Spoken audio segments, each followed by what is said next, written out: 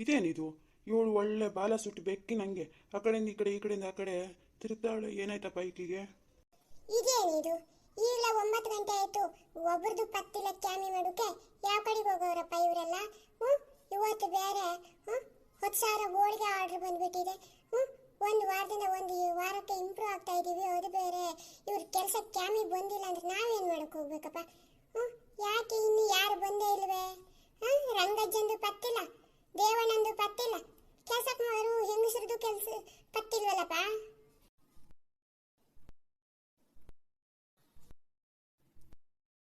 ಅಯ್ಯೋ ಶಿವನೇ, ಒಳಗಡೆ ನೋಡಿದ್ರೆ ಎಷ್ಟು ಕ್ಯಾಮೆ ಬಿದ್ಕೊಂಡಿದೆ. ಇವ್ರು ನೋಡಿದ್ರೆ ಒಬ್ರು ಪತ್ತೆನೇ ಇಲ್ವಲ್ಲ. ಗಂಗಾ, ಅಲ್ಲಿ ಒಲಿ ಮೇಲೆ ನೀರಿಡು, ಚಕ್ಲಿ ಇಟ್ಟು ಕಳ್ಸೋಣ. ಯಾಕೆ ಇವ್ರು ಬರೋಂಗೆ ಕಾಣಿಸ್ತಾ ಇಲ್ಲ? ಹೋಳಿಗೆ ಕಡ್ಲಿ ಬೇಳೆ ಬೇರೆ ಬೇಯಕ್ಕೆ ಹಾಕ್ಬೇಕು. ಒಂದು 2 ಒಲಿ ಮೇಲೆ ಒಂದು ಪಾತ್ರೆ ಇಟ್ಬಿಡು, ಅದು ದೊಡ್ಡ ಪಾತ್ರೆನೇ ಇಟ್ಬಿಡು ಕಣವ. ಇವತ್ತು 10,000 ಹೋಳಿಗೆ ಆಗ್ಬೇಕು. ಸಾಯಂಕಾಲದ ಒಳಗಡೆ ನಂಗೆ ಡಿಲಿವರಿ ಕೊಡಬೇಕು ಕಣವ, ನಾಳೆ ಮದುವೆಗೆ ಬೇರೆ. ಆಮೇಲೆ ನಾಡ್ದು ಅದು ಯಾರ್ದೋ ತಿಥಿ ಆಯ್ತಂತ ಕಣವ. ವೈಕುಂಠ ಸಮಾರಾಧನೆ ಆಯ್ತಂತೆ, ಅದಕ್ಕೂ ಕೊಡಬೇಕು ಕಣವ. ಇವ್ರು ನೋಡಿದ್ರೆ ಯಾರ್ದು ಪತ್ತೆನೇ ಇಲ್ವಲ್ಲಪ್ಪ. ಕ್ಯಾಮೆ ಎಷ್ಟೊಂದಿದೆ.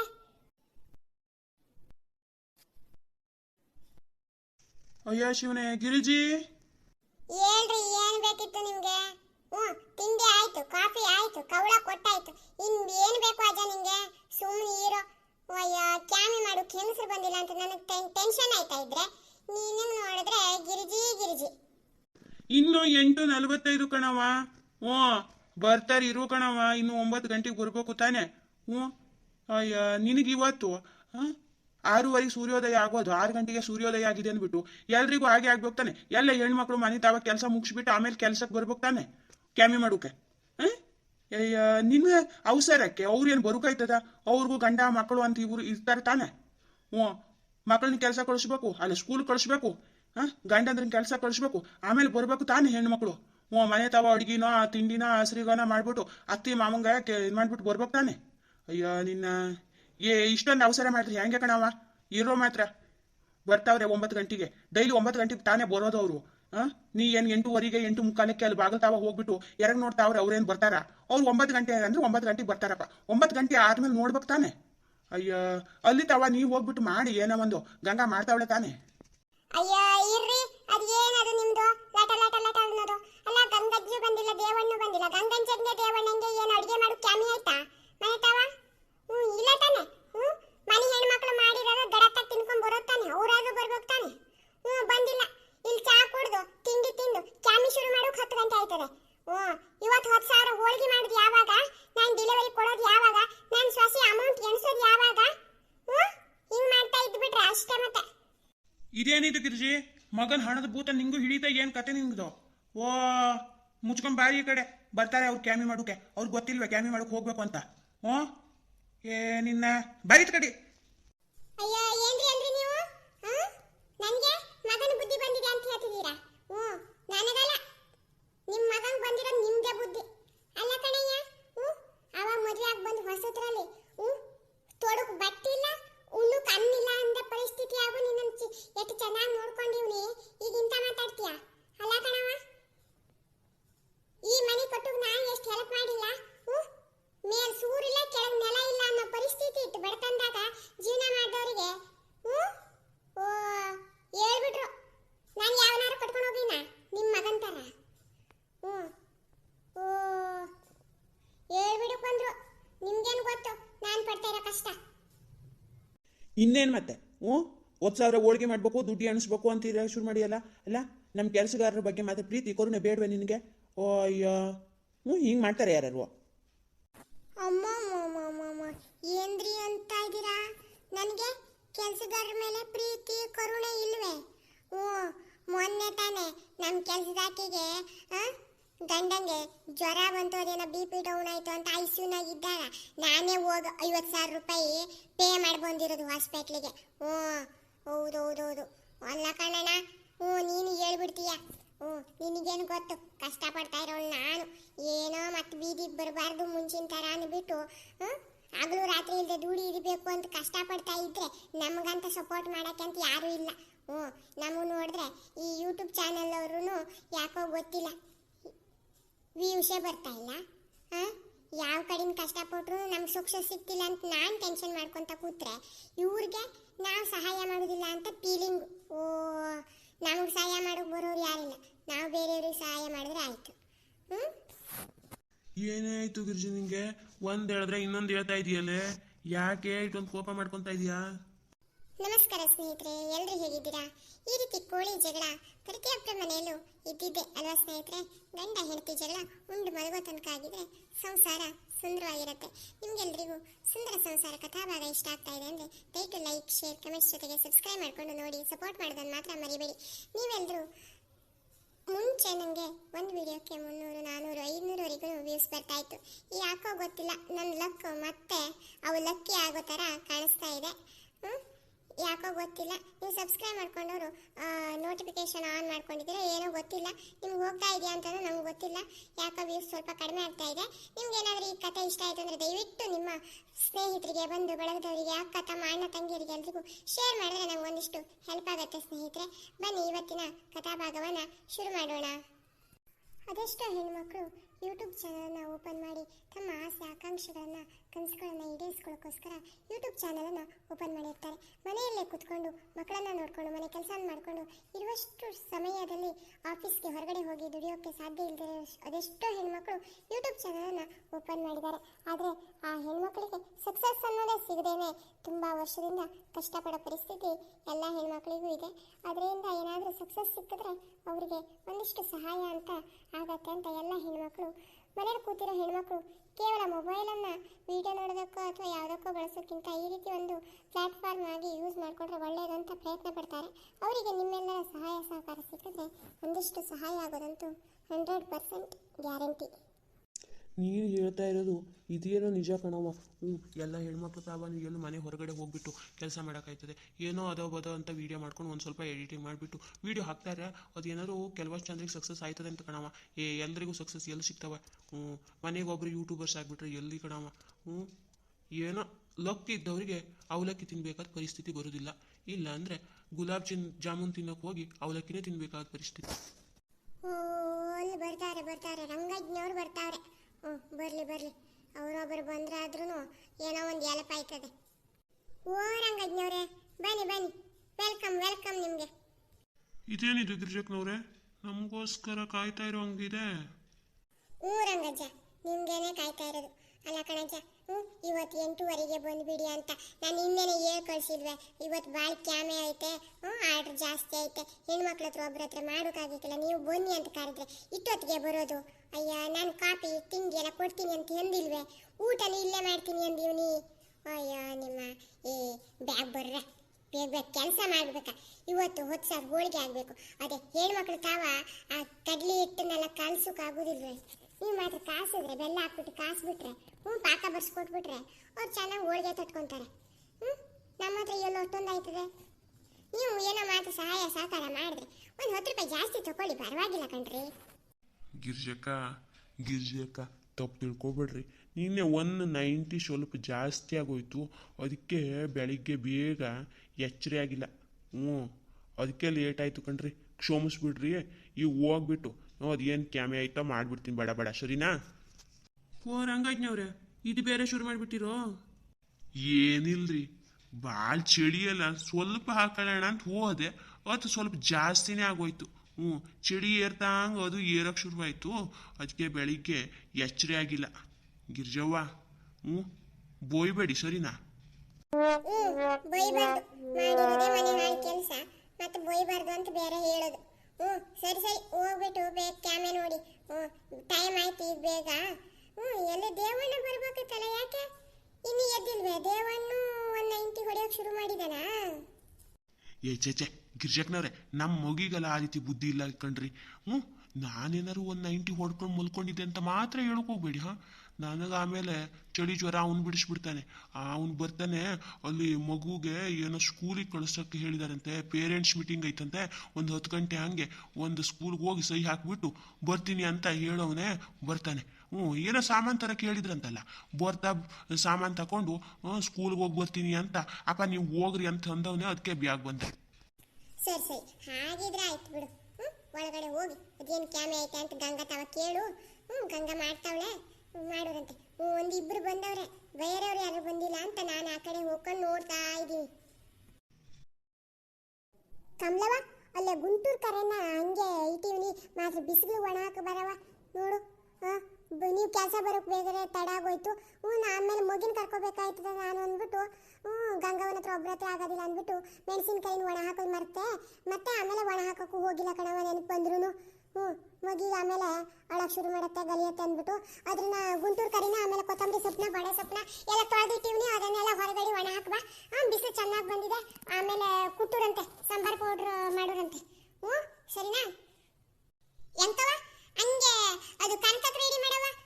ಊರ್ನ ರಂಗಜ್ಞ ಹತ್ರ ರೆಡಿ ಮಾಡೋಕೆ ಹೇಳಿದೀನಿ, ರೆಡಿ ಮಾಡ್ತಾನೆ ಅವ್ರು ಹೊರಗಡೆ. ನೀನು ಕನಕಕ್ಕೆ ರೆಡಿ ಮಾಡ್ಕೋಬೇಡವ, ಬೇಗ ಬೇಗ ಆಮೇಲೆ ಸುಟ್ಟೂರಂತೆ. ಸರಿನಾ? ಮನೆಗೆ ಇವತ್ತು ಊಟಕ್ಕೇನು ಹೋಗೋದು ಬೇಡ. ಇಲ್ಲ ಅನ್ನ ಸಾಂಬಾರು ಮುದ್ದೆ ಚಪಾತಿ ಎಲ್ಲ ಮಾಡೋಕೆ ಗಂಗನ ಹತ್ರ ಹೇಳ್ತೀನಿ. ಇಲ್ಲ ಊಟ ಮಾಡ್ಕೊಂಡು ಹಂಗೆ ಒಂದು 5 ನಿಮಿಷ ರೆಸ್ಟ್ ಮಾಡ್ಕೊಂಡು, ಇವತ್ತು ಹೋಳಿಗೆ ಆರ್ಡರ್ ಭಾಳ ಬಂದಿದೆ, ಒಂದು ಸ್ವಲ್ಪ ಹೆಲ್ಪ್ ಮಾಡ್ರಿ. ಸರಿನಾ? 5 ರೂಪಾಯಿ ಜಾಸ್ತಿ ಬೇಕಾದ್ರೂ ಕೊಡ್ತೀನಿ ಪಗಾರನ. ಬಾಗಿ ನಿಮ್ಮ ಮನೆಯವ್ರಿಗೆ ಹುಷಾರಾಯ್ತನವ? ಹಾಸ್ಪಿಟ್ಲಿಂದ ಕರ್ಕೊ ಬಂದ? ಸರಿ ಆಯ್ತು, ಕೆಲಸ ಬಿರ್ಬಿರ್ನೆ ಮಾಡಿ. ಸರಿನಾ? ಎಲ್ಲರೂ ಮಾತಾಡ್ತಾ ಇರಬೇಡಿ, ಮಾತಾಡ್ತಾ ಕೆಲಸನೂ ಹಂಗೆ ಮಾಡಿ. ಸರಿನಾ? ಮತ್ತೆ ಮಾತಾಡ್ಕೊಂತ ಕೆಲಸನೆಲ್ಲ ಕೆಡಿಸ್ಬಿಟ್ಟಿರ. ಹುಷಾರು, ಬೇಗ ಬೇಗ ಕೆಲಸ ಮಾಡ್ರಿ. ಸರಿನಾ? ಈ ಗಂಗವ್ವ ಯಾ ಕಡೆ ಹೋದ್ಲಪ್ಪ? ಗಂಗಾ, ಓ ಗಂಗಾ, ಅಡ್ಗೆ ಆಯ್ತನವ? ಅತ್ತೆ, ಅಡ್ಗೆ ಆಗ್ತಾ ಇದೆ. ಏನೇನು ಅಡ್ಗೆ ಮಾಡ್ದವ? ಏನಿಲ್ಲ ಅತ್ತೆ, ಅನ್ನ ಸಾಂಬಾರ್ ಕುದಿಯೋಕೆ ಇಟ್ಟಿದ್ದೀನಿ, ಹಂಗೆ ಚಪಾತಿ ಮಾಡಿದ್ದೀನಿ. ಪಲ್ಯ ಒಗ್ಗರಣೆ ಹಾಕ್ಬೇಕಷ್ಟೇ, ಒಗ್ಗರಣೆ ಹಾಕ್ಬಿಟ್ರೆ ಪಲ್ಯನೂ ರೆಡಿ ಆಗತ್ತೆ. ಮಗಿನ ಮಲಗಿಸ್ಬಿಟ್ಟು ಬರ್ತೀನಿ. ಸರಿನಾ ಅತ್ತೆ? ಸ್ವಲ್ಪ ಸ್ವಲ್ಪ ಜಾಸ್ತಿನೇ ಮಾಡಬೇಕಿತ್ತು ಗಂಗಾ.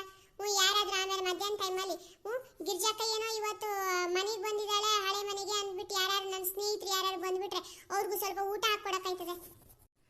ಅತ್ತೆ, ಒಂದು 50 ಜನ ಆಗೋಷ್ಟು ಮಾಡಿದ್ದೀನಿ ಅತ್ತೆ ಎಲ್ಲಾನು. ಇವ್ರದ್ದೆಲ್ಲರ ಹತ್ರನೂ ಸ್ವಲ್ಪ ಹೆಲ್ಪ್ ತಗೊಂಡು ಹಂಗೆ ಮಾಡಿದ್ದೀನಿ. ರೊಟ್ಟಿ ಹಂಚಿನಾಗೇನೆ, ಇದು ಹೋಳಿಗೆ ಮಾಡೋ ಹಂಚಿನಾಗೇನೆ ರೊಟ್ಟಿನೂ ಸುಟ್ಕೊಂಡಿದ್ದೀನಿ. ಅವ್ರು ಹೋಳಿಗೆ ಮಾಡ್ತಾ ನಂಗೆ ರೊಟ್ಟಿನೂ ಸುಟ್ಕೊಟ್ಟವ್ರೆ. ಎಲ್ರಿಗೂ ಸಾಕಾಗೋಷ್ಟು ಮಾಡಿದ್ದೀನಿ ಅವ. ಹೆಚ್ಚಾಯ್ತಂದ್ರೆ ಸಾಯಂಕಾಲ ಅವ್ರ ಮನೆಗೆಲ್ಲಾನು ಕೊಟ್ಟು ಕಳಿಸಿದ್ರೆ ಆಯ್ತು. ನಾವು ಮನೆಗೆ ಸ್ವಲ್ಪ ತಗೊಂಡು ಹೋಗ್ಬಿಟ್ರೆ ಹೋಗ್ಬೇಕಿದ್ರೆ ಎಲ್ಲರೂ ಒಟ್ಟಿಗೆ ಸೇರ್ಕೊಂಡು ಊಟ ಮಾಡಿದ್ರೆ ಆಯ್ತು ಸಾಯಂಕಾಲ. ಅದಕ್ಕೆ ಜಾಸ್ತಿನೇ ಮಾಡಿದ್ದೀನಿ. ಹೆಚ್ಚಾದ್ರೂ ಪರವಾಗಿಲ್ಲ, ಕಡಿಮೆ ಬೀಳಬಾರ್ದು ಅಂತ. ಹಿಂಗೆ ಇರಬೇಕು.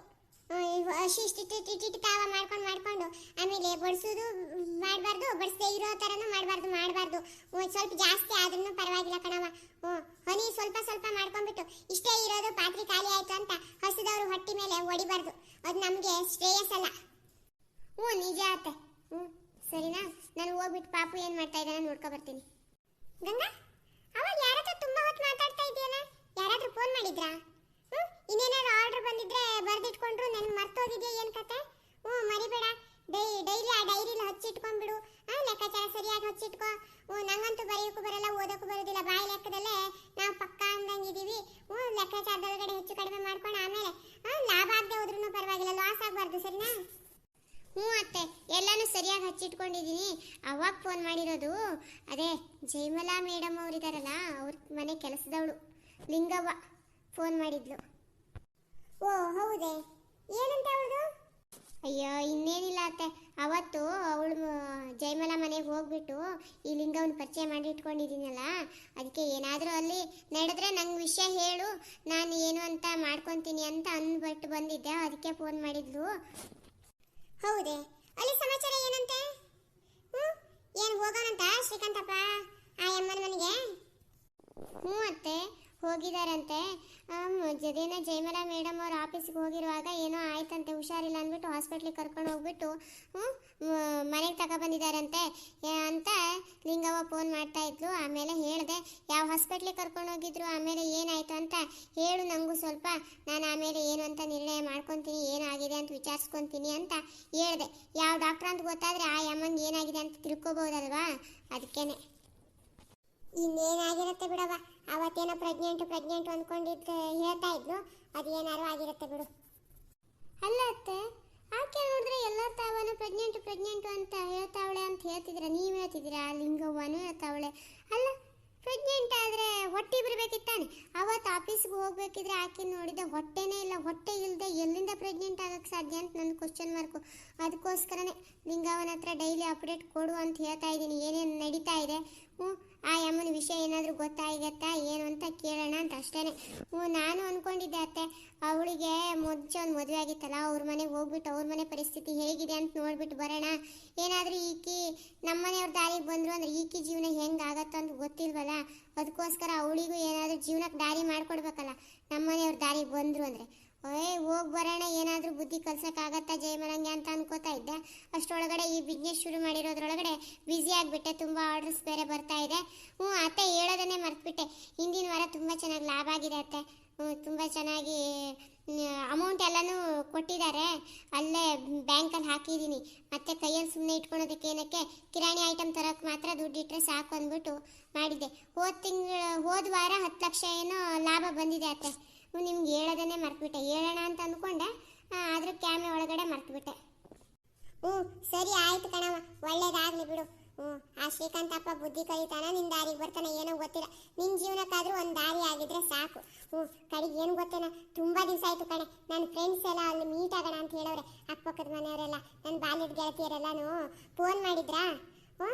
ಬರ್ರೆ ಎಷ್ಟು ದಿವಸ ಆಗೋಯ್ತು ಮಾತಾಡಿಲ್ಲ ಅಂತ ಹೇಳ್ತಾವ್ರ. ಆಮೇಲೆ ನನ್ನ ತಂಗಿನೂ ಸಿಗ್ತೀನಿ ಅಂತ ಅವಳೆ. ನಾನು ಹೋಗ್ಬಿಟ್ಟು ತಂಗಿ ತಾವನ್ನ ಮಾತಾಡ್ಕೊಂಡು ಬರ್ತೀನಿ. ನೀ ಈ ಕಡೆ ಆ ಕಡೆ ಸ್ವಲ್ಪ ಕ್ಯಾಮೆ ನೋಡ್ಕೊಳ್ಳೆ. ಇನ್ನೂ 5 ನಿಮಿಷದೊಳಗಡೆ ಬರ್ತೀನಿ ಕಣೆ. ಇಲ್ಲೇ ಒಂದು ಅರ್ಧ ಕಿಲೋಮೀಟ್ರ್ ಹೋಗ್ಬಿಟ್ರೆ ಅವಳು ಸಿಗ್ತಾಳೆ. ಅವಳೇನೋ ಮಾರ್ಕೆಟಿಗೆ ಬರ್ತೀನಿ ಅಂತಂದವಳೆ. ನಾನು ತರಕಾರಿ ತಗೊಬರ್ತೀನಿ, ನಾಳೆ ಅಡುಗೆಗೆ ಬೇಕಲ್ಲ, ತರಕಾರಿ ಎಲ್ಲ ಖಾಲಿ ಆಗಿಬಿಟ್ಟಿದೆ. ನಾಳೆನೂ ಇಲ್ಲೇ ಅವ್ರಿಗೆ ಊಟ ತಿಂಡಿ ಎಲ್ಲ ಕೊಟ್ಟು ಬಿಡೋಣ, ಅಷ್ಟಾಗಿ ಬೇಗ ಕ್ಯಾಮೆ ಆಯ್ತದೆ. ಸರಿನಾ? ಇಲ್ಲ ಅಂದರೆ ಅವ್ರ ಮನೆ ತಾವ ಹೋಗ್ಬಿಟ್ಟು ಊಟ ಮಾಡ್ಕೊಂಡು ಮನೆ ಪಾತ್ರೆ ತೊಳೆದು ನೆಲ ಮುಸುರಿ ಮಾಡಿಸೋ ತನಕ ತುಂಬ ತಡ ಆಯ್ತದೆ. ಮನೆಗೆ ಎಲ್ರಿಗೂ ಅಡುಗೆ ಮಾಡಿ ದಬಾಕ್ ಬರ್ಬೇಕು ತಾನೆ. ನಾವು ಇಲ್ಲೇ ಮಾಡಿಬಿಟ್ರೆ ಒಬ್ಬರು ಪಾತ್ರೆ ತೊಳೆದು ಒಬ್ಬನೆಲ್ಲ ಒರೆಸಿ ಒಬ್ಬರು ಅಡುಗೆ ಮಾಡಿ ತರಕಾರಿ ಕೊಚ್ಚೋದ್ರೊಳಗಡೆ 5 ನಿಮಿಷದೊಳಗೆ ಪಟ ಅಂತ ಅಡುಗೆ ಆಗಿಬಿಡುತ್ತೆ. ಕ್ಯಾಮೆನು ಜಾಸ್ತಿ ಆಯ್ತದೆ. ಮತ್ತು ನಾಳೆ ಎಷ್ಟು ಆರ್ಡರ್ ಬರುತ್ತೋ ಅಂತ ಗೊತ್ತಿಲ್ಲ. ಇವತ್ತು ಬೇರೆ 10,000 ಬಂದಿದೆ, ನಾಳೆ ಅದೇ ವೈಕುಂಠ ಸಮಾರಾಧನೆಗೆ ಬೇರೆ ಹೋಳಿಗೆ ಮಾಡ್ಕೊಡ್ಬೇಕಲ್ಲ. ಸರಿನಾ? ತರಕಾರಿ ತಗೊಂಡು ಹಾಗೆ ನನ್ನ ತಂಗಿನ ಮಾತಾಡ್ಸ್ಕೊಂಡು ಬರ್ತೀನಿ. ಸರಿ ಆಯ್ತು ಅತ್ತೆ, ಹೋಗಿ ಬನ್ನಿ. ಹುಷಾರು ಗಂಗಾ, ಮನೆ ಕಡೆ ಜೋಪಾನ. ನಿಮ್ಮ ಮಾವಂಗೆ ಏನಾದರೂ ಬೇಕಂತಂದ್ರೆ ಕೊಡ್ಬಿಡವ, ಇಲ್ಲಾಂದ್ರೆ ವಟ ವಟ ವಟ ಅಂತಿರತ್ತೆ ಅದು. ಸರಿ ಅತ್ತೆ, ಹೋಗಿ ಬನ್ನಿ. ಎಲ್ಲ ಮನೆ ಸೊಸೆಯಂದಿರಿಗೂ ಇಂಥ ದೇವತೆ ಅಂತ ಅತ್ತೆ ಸಿಕ್ಬಿಟ್ರೆ ಎಂಥ ಕೆಟ್ಟ ಗಂಡನಾದ್ರೂ ಬದಲಾಯಿಸ್ಬೋದು. ಎಷ್ಟು ಜನದ ಪುಣ್ಯದ ಫಲವೋ ಗೊತ್ತಿಲ್ಲ, ಇಂಥ ದೇವರಂತ ಅತ್ತೆ ಸಿಕ್ಕಿದ್ದಾರೆ. ತಾಯಿ ಸ್ವರೂಪದಲ್ಲಿ ಸಿಕ್ಕಿರೋದು. ತಾಯಿ ಆದ್ರೂ ಒಂದು ಮಾತು ಬೈದು ಬುದ್ಧಿ ಹೇಳ್ಬೋದಿತ್ತು, ಆದರೆ ಈ ಅತ್ತೆ ಅದನ್ನು ಮಾಡೇ ಇಲ್ಲ. ಎಷ್ಟು ಸೂಕ್ಷ್ಮವಾಗಿ ನನ್ನ ದಾರಿಯನ್ನು ಸುಲಭಗೊಳಿಸ್ಬಿಟ್ಟಿದ್ದಾರೆ. ನಮ್ಮ ಕರ್ತವ್ಯಕ್ಕೆ ಈ ರೀತಿ ಅತ್ತೆಯಂದರು ಸಪೋರ್ಟ್ ಮಾಡಿಬಿಟ್ರೆ ಸೊಸೆಯಂದರು ನಿಜವಾಗ್ಲೂ ಮನೆಗೆ ಬಂದಿರುವ ಮಹಾಲಕ್ಷ್ಮಿ ಥರನೇ ಇರ್ತಾರೆ. ಇಲ್ಲ ಅಂದರೆ ಜಗಳಗಳಂತೂ ಗ್ಯಾರಂಟಿ. ಎಲ್ಲರೂ ವಿಡಿಯೋ ನೋಡ್ತಾ ಇದ್ದೀರಾ ಸ್ನೇಹಿತರೆ? ದಯವಿಟ್ಟು ವಿಡಿಯೋ ಇಷ್ಟ ಆಗ್ತಾ ಇದೆಯಾ, ಇಷ್ಟ ಆಗ್ತಾ ಇಲ್ವಾ, ಏನಾದರೂ ಕಥೆಯಲ್ಲಿ ಚೇಂಜಸ್ ಮಾಡಬೇಕಾ ಅಂತ ದಯವಿಟ್ಟು ಕಮೆಂಟ್ಸ್ ಬಾಕ್ಸ್ ಒಳಗಡೆ ನಿಮ್ಮ ಸಲಹೆ ಸೂಚನೆಗಳನ್ನು ತಿಳಿಸಿ ಸ್ನೇಹಿತರೆ. ಇವತ್ತು ಯಾರೆಲ್ಲ ಹುಟ್ಟುಹಬ್ಬವನ್ನು ಆಚರಿಸ್ಕೊಳ್ತಾ ಇದ್ದೀರಾ, ನಿಮ್ಮ ಸಂತೋಷ ಸುಖ ಬಂದಿತೆಂದು ನಗದಿರಿ. ಒಬ್ಬರಿಗೆ ಸನ್ಮಾನ ಮಾಡಲು ಸಾಧ್ಯವಿಲ್ಲದಿದ್ದರೂ ಪರವಾಗಿಲ್ಲ, ಒಬ್ಬರನ್ನು ಅವಮಾನಿಸುವ ಹಕ್ಕು ನಮಗಿಲ್ಲ. ನಾನು ಎಲ್ಲೋ ಒಂದು ಕಡೆ ಈ ನಾಣ್ಣುಡಿಯನ್ನು ಕೇಳಿದ್ದೇನೆ. ನಾವು ಉಪ್ಪಿನ ಥರ ಇರಬೇಕಂತೆ. ಉಪ್ಪು ತಿಂದ್ರೂ ಹಿತವಾಗಿರಬೇಕು, ತಿಂದೆ ಹೋದ್ರೇನು ಹಿತ ಅನಿಸದೇ ಇರಬೇಕು. ಯಾಕೆಂದರೆ ಉಪ್ಪು ತಿಂದರೆ ರುಚಿ ಹೌದು, ಅತಿಯಾಗಿ ತಿಂದರೆ ಅದು ಅನಾರೋಗ್ಯ ಕೂಡ ಹೌದು.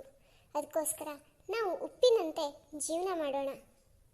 ಮುಂದಿನ ವಿಡಿಯೋದೊಂದಿಗೆ ನಿಮ್ಮನ್ನು ಮತ್ತೆ ಭೇಟಿಯಾಗುತ್ತೇನೆ. ಅಲ್ಲಿವರೆಗೂ ಈ ಗಂಗಾಳ ಅನಂತ ವಂದನೆಗಳು ಸ್ನೇಹಿತರೆ. ನಿಮ್ಮೆಲ್ಲರ ಬದುಕು ಸದಾ ಹಸನಾಗಿರಲಿ. ಎಷ್ಟೋ ಜನರ ಕನಸು ನನಸಾಗುವುದು ತುಂಬ ವಿರಳ. ನನಸಾಗಿರುವವರು ಅಹಂಕಾರ ಪಡೆದಿರಿ ಅನುದಿನ. ವಿಡಿಯೋ ತುಂಬಾ ಲೆಂತಿ ಆಗ್ತಾ ಇದೆ, ಇಲ್ಲಿಗೆ ಮುಗಿಸ್ತಾ ಇದ್ದೀರಿ. ಧನ್ಯವಾದಗಳು. ಅತ್ತೆಯ ತಂಗಿ ಜೊತೆ ಸ್ನೇಹಿತೆ ಜೊತೆಯರ ಮಾತು ನಾಳೆಯ ವಿಡಿಯೋದಲ್ಲಿ ನೋಡೋಣ.